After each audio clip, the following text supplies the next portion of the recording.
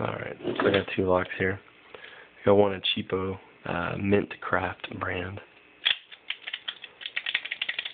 There. And I've got a standard master lock here.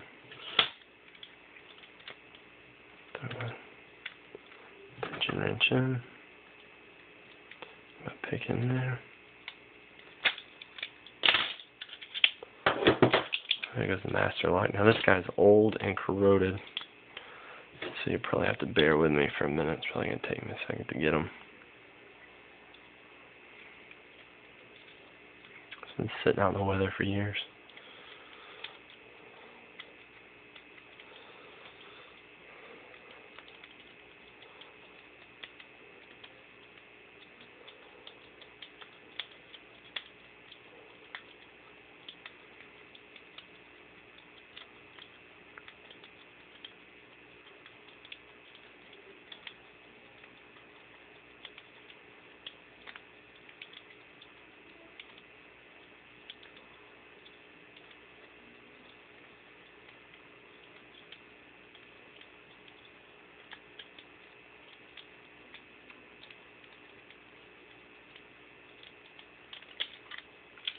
There we go.